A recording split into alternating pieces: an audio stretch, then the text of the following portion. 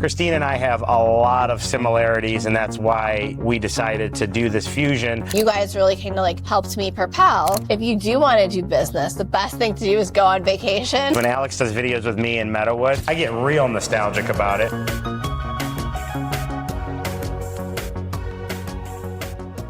I think it's really awesome that we've known each other for so long.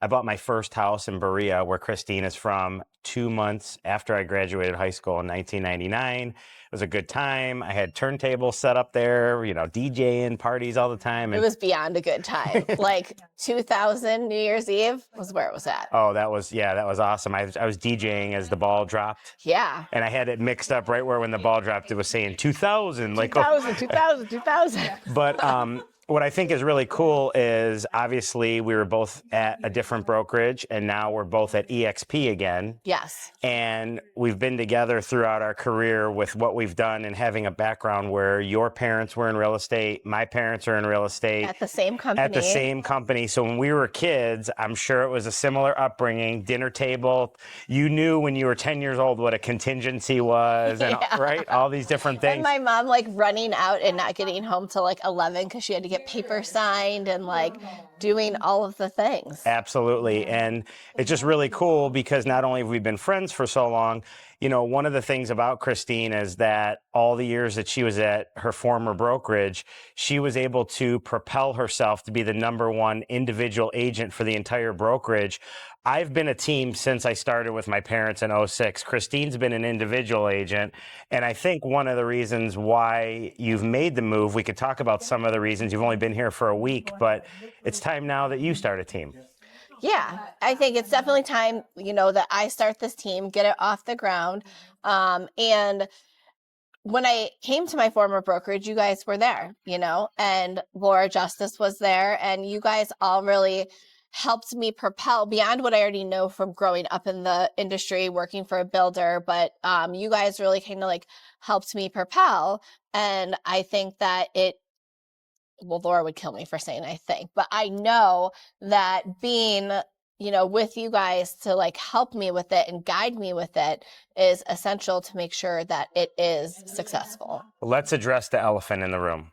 What? The elephant in the room, EXP is a cloud brokerage. It's virtual. You're not going to talk to anybody. You've been here 7 days. Yeah. And what's 7 days today, yeah. 7 days today, and what's happened so far? How many pieces of business do you have either under contract, new listings, or in contract in 7 short days here? So I had 3 listings last week. I got 2 of them under contract, and then another buyer I got under contract, and then I am listing a house today in Bay Village. So that's 7 pieces of business in 7 days that you've been here, which is absolutely phenomenal. Yeah. But one thing you and I talked about, so it's a virtual brokerage. Yeah. How much communication have you had from leadership so far since you've been here in 7 days? So I'm actually really surprised with this. So since I've been here, I feel as though I've gotten so much information from in so many different ways. Yeah. So as a top producer, I feel like it's kind of sometimes hard to reach us and get us to attend classes or get us to be physically present at things. But the workplace is amazing because of how it's set up. Yeah. And just being able to follow the content, like that EXP was #1 in real estate transactions in America for the past like 3 years. For an individual brokerage. And workplace, for anybody who doesn't know what that is, it's our back-end system where we communicate, but it's created by Facebook. So when you make the merge over to the company, if you know how to use Facebook, you know how to use Workplace. So that's been like huge. That's been crazy. But then also, I can't tell you how many people have physically reached out to me on the phone from EXP Corporate, making sure that, you know, I'm getting settled in. If I have any questions, set up any meetings, do all of the things. And then the email support that I've had.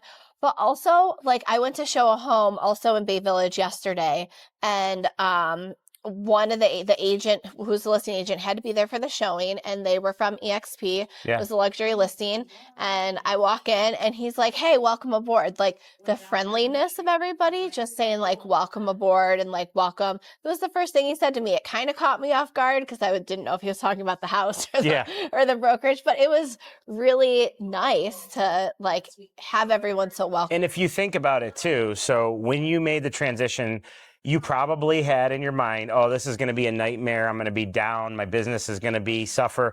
Was there any lag time? No, I kind of wish there was a little lag time because it's been crazy. But no, in fact, like, so my husband, Matt, does all my back end and he's totally integrated with it. We're fully up and running. Nicole's fully up and running as well. Ann Presley, who does all of my transaction coordination, she's fully up and running.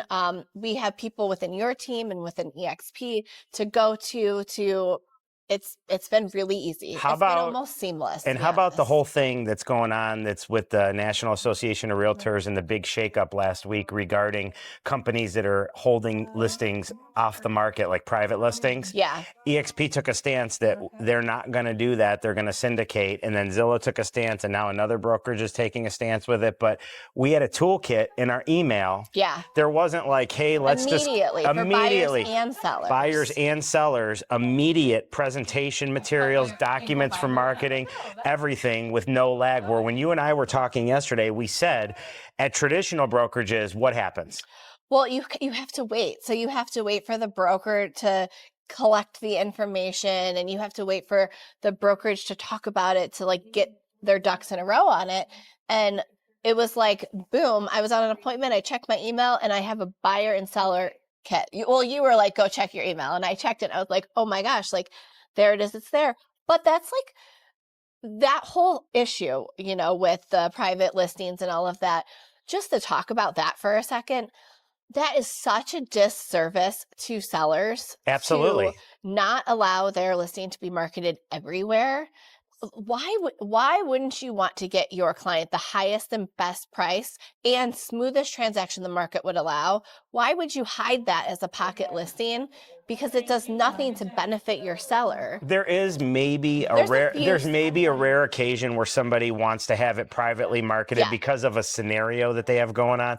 But those are few and far. How many times have you ran into that? I've run into it twice. In 20 years, so you've run into it twice. I've run into it 0 times. I've run into it twice. So it was very specific situations. So with that being said, though, I just love the fact that it comes out right away, because like what you had just said, if you're at a traditional brokerage, by the time they bring it to the office meeting, it might already be 2 months down the road, and you're like, everybody's already been doing this. Yeah. If you're at a traditional brokerage and we're late to the game, where we get it immediately and we can show the consumer, the buyer or the seller, this is what's happening. Here's a breakdown. We want to make you informed, and they love being informed. So if you're a seller out there and your agent that you're sitting across the table from starts to say things like, maybe we should keep it off the market and do an off-market listing or a private listing, they could be doing you a huge disservice. Don't you agree?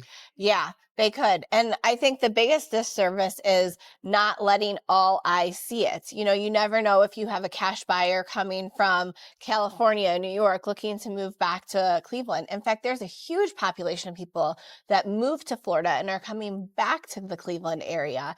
And to not allow all of these people to see it is a huge disservice to the seller, because you don't know, you could be missing your highest and best offer by keeping the listing hidden. And there are certain times where you might want to do that, and that's okay. But it's so few and far between that this really gives us a great dialogue to have with sellers on why 100%. Would you do this? And especially to have the marketing pieces from EXP with the toolkits. Right, because if you're going to market your listing as private, and then you decide, well, I'm not getting the action I want to transition over to the public marketplace. They're going to block. Zillow's no longer going to allow that, and they're going to block your listing. And do you really want to be blocked by the biggest real estate portal? I mean, agents don't love Zillow. Okay, right. but we have to deal with it though. And with that being said, as a seller, do you want to be blocked from being on Zillow? I mean, I have sellers that when we put the listing in the MLS, it rolls to the third-party website. Yeah. If their photos aren't on Zillow in 13 minutes, they're like, hey, why isn't Zillow correct? I'm like, relax, it pulls, I just had one like that. They're like, it says 1 bedroom. I'm like, calm down, it's okay. Like, it's just going to pull from the MLS. Exactly. Yeah. So it's just something that as a seller, you should be aware of. One of my goals is building a team. Yeah. And I don't want to, I want to eliminate as many mistakes as I can throughout the process. So what have you learned about recruiting people to your team? You have to ask a lot of questions. And I think when you're recruiting somebody to the team, I think based upon the conversations we've had, so we have 40 agents on our team. I know you don't want to get that big, No. but you'd rather have 5 or 6 agents that are all doing a good amount of business, because I don't think the general public may know, and you can share this. I've done it many years in a row. You've done it many years in a row. You've done over 20 million on your own. Yeah. There's not many agents in Northeast Ohio that can say that they've done that year in and year out. How hard is it? It's a lot of consistency, and it's not the type of job where you're like, oh, I can make my own schedule. If you really want to be in this business and you really want to make money, then you are sacrificing some things to, be that top producer. So with building a team, one of the things that you can do is, if you get the right people in place, Christine may want to generate listing leads and work listings and let some of the buyer piece of the business with people she hasn't met. She'll probably still run buyers of her personal sphere, but she'll probably want to leverage those out to some of the team members. So I guess really sitting down with them and figuring out if they're a good fit, if your personality and their personality meshes, Yeah. if they're coachable. Yeah. If they're willing to put in the work. And one of the biggest red flags is if somebody comes to you and wants to join your team and they say, well, I'm behind on my payments, I'm behind on all this, I need to make money yesterday. That is not the right person to put on your team. That's not the right person. I think a lot of people get into real estate and they think, oh, I'm just going to make all this money. And while yes, it does take time. My first year I made $13,000. So it's not like something that's just going to come to you. You made $13,000 your first year, and now some of your checks on an individual deal are over $13,000. Yeah. So it's just a totally different place. Long place different. We came from, spinning turntables and partying to, closing deals that have that kind of compensation schedule. You totally looked like Eminem back then.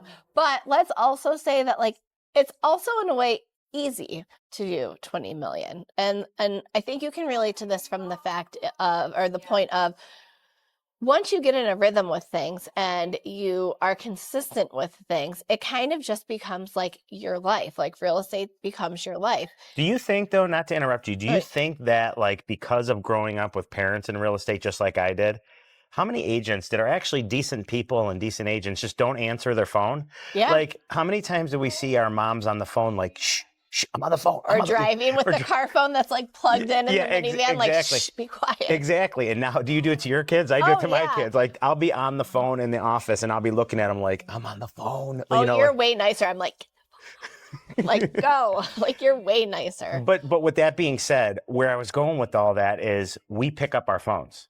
Yes. Do you know how many times people call us on a sign call and they go, oh my God, you actually answered your phone? They're like, we've called all these other listings and nobody picks up their phone. I remember my mom cutting a ham on Christmas Eve and somebody called we want to see a property. We're like, it's Christmas Eve. Let us finish what we're doing. We'll get you the info. But it's being there, showing up. And I think a lot of agents who want to get to the level of production like you and I do, they don't understand that you've got to always be on. Yeah. And when I say that, you don't always have to be working. It's important to spend time with your family and do the things that you like to do, but you can't let calls and text messages go unanswered for days on end, because in our society now, those people are going to be gone. Well, and if you do want to do business, the best thing to do is go on vacation. Oh, because that's when your phone will blow up the most. So I don't know. I just feel you finally get that moment to relax, and then it's boom, here comes all the business. I could have a scene filmed like a reality show, whether it was for me or you, where I'm at the carousel in the airport waiting for my bag, and I'm on the phone. The kids are going crazy. It's like a movie. The kids are going crazy, and I'm like, I literally haven't talked to this person in 3 years. They've called me 3 times, their house is on fire. Yeah. And I'm standing in the middle of the airport, and I still get back to them and get the answer. You have to answer it. Correct. You and your family are amazing with that. Has there ever been a time where you've called me or my dad and we haven't answered? No. And especially your dad, oh, he's ridiculous. And I don't know how you guys make the time for it, because even I am texting okay, I'll call you right back. I see it, but your dad just answers. Remember back in the day, the Westerns where they did the walk with the gun draw? Yes. He's like Quick Draw McGraw with the Google Voice. It rings me, my mom, and him at the same time. It'll say you have a call from, and I'll go to hit 1 and he'll already get it. I can't get it quick enough.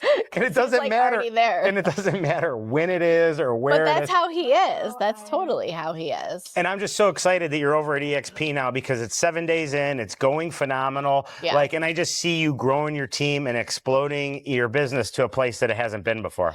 But it also, in a weird way, this is going to be really cheesy, like so freaking cheesy, but it kind of feels like home in a way, like to be back with like you guys at the same company with Laura there and like so many other great agents like the Salems and like so many other people that are like, you know, good friends that it makes it really like a nice changeover too. Yeah, it's just really fantastic. I mean, I'm excited about everything. The most pivotal person that I could hire on my team is somebody who's been in real estate for about 2 years or more. They are from Cleveland, born and raised in Cleveland, and are struggling to be able to get in front of their sphere of influence or people that they know. They're struggling with marketing and need some help. They're looking to feel like they belong to something. And I feel like those are all things I can help with. And when I say someone who's born and raised in Cleveland, like I've been a bridesmaid 17 times, like I'm looking for myself, but somebody who also isn't afraid to do what we're doing right now. Because I think one of the hardest pieces in getting your license and getting in real estate is social media, and kind of like taking that deep breath and like, okay, like I'm just going to go for it and be on social media. I think that's actually a really hard step for people to take. And we've been doing it for so long. Well, and you know, for me, the person that I would say in my business that I'm looking for is somebody that just knows how to communicate with people, and I can teach them the rest. We've got a couple agents on our team. What I get really excited about is seeing agents do things that they've never done before.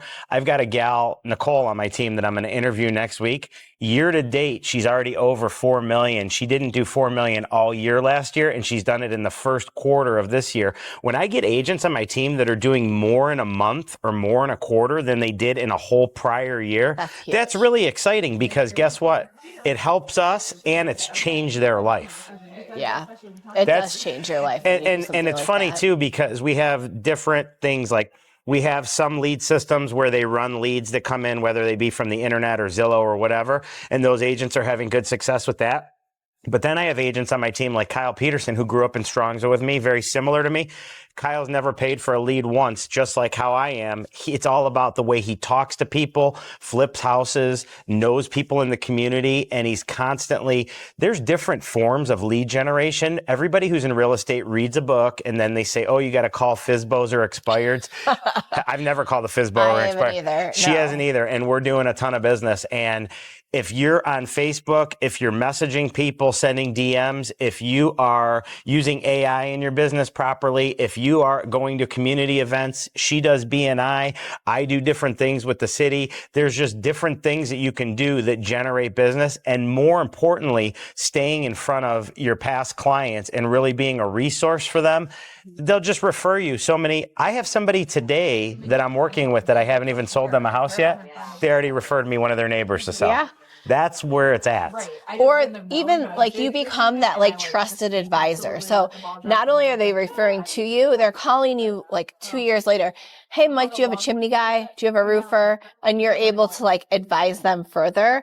But I think like the key to all of this, like from the BNI to being involved in Strongsville, keeping up with people, is like being excessively social. Oh, 100%. Making sure that you go to, you know, everything, and not everything, but you want to, people know if you're going to church and you're only there for real estate, but like plugging into the things in your life that you really care about, from your kids' activity, 100%, high school reunions, even funerals, things like that, where, I mean, that sounds horrible to say, but like you want people to see your face and you want to have them know that you're genuinely there. I do every year at our office, we do a client appreciation event where we have food trucks and stuff for the kids and giveaways. People love it. We do the best Santa Claus event with the real Santa. The one he and is only. The best. Yes. Now, what do you do? So I do a free family photo session every year. Like fall photos? Fall photos. It books out every year, so it's totally booked out with one of my photographers. And basically, the coolest piece about this event is that I can then, like, when I go to their homes to list it, those pictures are hanging on their walls. When I get their Christmas cards, it's those pictures. Same thing with me with the Santa. Yeah, it's awesome. And then people say like, oh, where'd you get that? And they're like, oh, my real estate agent. I also do coming up soon in May, a big booze giveaway. Oh, isn't it like a wheelbarrow full of booze? It is like about $1,000 worth of booze And then I also have a Yeti cooler that Infinity Title usually sponsors. Last year I did like cornhole and pickleball, and it's just this huge, like, let's kick summer off the right way for Memorial Day. Yeah, for sure. So yeah, events are so easy But to look do. at that though, right there. People don't realize is lead generation. Yes. It's lead generation. Without having to like pick up the phone and say, hey, I see your house is for sale. We had 2 younger guys on our team at one point. When you ask about hiring the right people, they were nice guys, but they ultimately ended up going off on their own. All they did was called for sale by owner and expireds. They would make hundreds of calls a day, and I can't really track back more than maybe 1 or 2 pieces of business where I know from like my photo event alone, I've done 4 or 5 deals from it. Well, here's the thing is you have a for sale by owner and expired. And guess what? Every agent in Cleveland is also calling those people, and they're usually newer agents, or you're competing against somebody that doesn't have this big book of business. Funny that we're even talking about this, because I have my own property that went under contract and it came back on the market. But when we pulled it from the market, there were so many expired calls that were calling you. Yeah. And you're the agent and the owner. Like text messages. And I'm like, what's going on? Like, this is like crazy. But like all of those people, there was only 2 agents from there whose names I recognize. So it's a bunch of like newer agents that aren't even reading the broker remarks in the listing that they're calling, or it's being AI generated. Where they're calling you as the agent and don't even know you're the agent owner. Yeah. Well, and here's the other thing. When agents are doing that, also when it comes to agent attraction, some agents, when they're trying to build their company and recruit agents and agent attraction, sending stuff out to the masses, in my opinion, is not a good way to go. It's more about providing value and providing actual services. Like, we have coaching at our office. Christine's not even on my team, but her agents are more than welcome to come at any time and get coaching from Laura Justice, who is a broker and was a MAPS coach. Which is also like why I finally decided to start a team, though, is because, and this isn't hating on anybody or saying anything negative, but I see a lot of people out there that try to start a real estate team and they've done like $3 million, $5 million. And I always think, like, what's the value add? Like, why haven't I done that? Like, why I should be doing that. And I remember when I first, like, my goal was to hit $10 million. And when I did $10 million, I was going to start a real estate team. Well, fast forward, here I am at 20, 25, $20 million team like a year. And it's like, okay, like, I feel like I actually have value to add to somebody. And that's why I wanted to start the team, is to provide value to It's somebody. all about providing value. I think that if you're getting into real estate and you're young and you're very good at tech, that's cool. But you've got to have a blend of both. You've got to have a mixed style where you're getting involved with people. You can't be, an introvert at home on a computer screen and just doing everything in there and not going out in the community and actually forming relationships. And I think we can all think of a variety of different agents that we know that like do really well on social media, but they're not out there actually meeting people, having those conversations. And in all reality, it's not just about meeting somebody one time. Right. It's about, building that relationship. We're not in a business of meeting somebody once, putting them in our CRM and like calling it a day. Well, Mike and I, we have like relationships with these people. 100%. And like the whole thing about you coming over to EXP, it wasn't a matter of if, it was when. Yeah. And you got to the point in your business where you basically came to a ceiling of, all right, I'm doing 20, 22, 25, 23, 20 million year in and year out. Right. And you said to Matt, listen, I need you to dial in my systems on the back end. I want more tech and I want to start adding a couple people so we can go from 20 million to maybe 50 million. Yeah. And that's a whole different level. Total different level. Yeah. But I'm excited to do it. Like, that'll be really cool to see Bill. You will do it. Oh, I will absolutely do it. There's not about if, you will. Yeah, there's no if. So when the year ends, I will be the most proud if you come to me and say, this is amazing. I've had 3 agents join my team. They're all running buyers. They're closing business in your name. That's where I will know that you are happy and everything is the way. 7 days in, you love it already, but we have a lot of time to go. Yeah. And obviously we're here to help you build all of these different things. But what would, at the end of the year, your perfect picture look like? I think that like my perfect picture would be I've added maybe 3 more agents, 3 to 4. Very specific agents, and they are all successful. Yeah. I really want to see Nicole on my team have like a $5 million a year. And we're working on some things to get her there, you know, implementing the videos with Alex and videos with her listings and Sure. things like that. And she's involved in networking groups. And those are things that I want to provide to other people. And I think There's no doubt that she'll be super successful. Her Yeah. personality's fantastic. Yeah, She she's does funny. what she says she's going to do. Mhm. That's really, if you're going in and thinking about interviewing with a real estate team owner, make sure whatever you tell them you're going to do, you do it. Yeah. Because that, no matter if it's being on a team or working with a client, if I get off the phone with somebody and I tell them I'm going to run them a seller net sheet or a CMA and have it to them in an hour, I'm going to have it to them in 30 minutes versus an hour. Yeah. If I wait till the next day, in their mind, they're going to say, well, he didn't do what he said he was going to do. Yeah. Or, you know, if you're like, I'm going to get this to you today, and then it's on your to-do list tomorrow, like it gives me anxiety. Like, Yeah, I'm oh, like, yeah. oh my gosh, I didn't do what I said I was going to do. And I think that that's how you get to success is staying behind your word. People don't care how much that you know until they know Do you how have much to have your care. inbox always cleared out? Yes. So right now, mine says 877 emails. Oh, wait. No. Well, mine's less than that. Oh, geez. 877. I've got, well, I'm so embarrassed to say. I have 13 texts and 191 emails. But with that being said, it's the same thing with your task list in your business. Wait, hold on, Alex. Do you want to get some real anxiety? With all of my inboxes combined, how many missed text messages do you have? Since we've been sitting here recording these, I had only 2 about- when I walked in. only about 10. Oh, I'm at 13. So Yeah. we're about Yeah, the there same. you go. She beat me. What's in there? I don't know. I just go through it and take a look at all of it and address it. I'm really weird about how I remember things. Like I remember things by the person, and so I can just like look at it and just know. It's almost like photographic memory. I'll admit this on camera. I mean, a lot of times, no, I will. So there's all this technology out there. I know Alex is behind the camera. He's probably going to cringe when he hears this, but I still use a legal pad and a pen and just write down my top 15 things I got to do just so I can scratch them off and say they're done. I know there's better ways with technology. So wait, what's remarkable? The pad you write on? Yeah, but it connects to Google. Yeah, maybe I will get one of those. Yeah. Close them. Huh? Close them. But I really don't use it. I use the legal pad too. So I bought a Remarkable last year and I was so excited. It was going to keep me so organized. And you have folders that you can like keep all your notes in and then it transfers to Google. And you don't use it? No.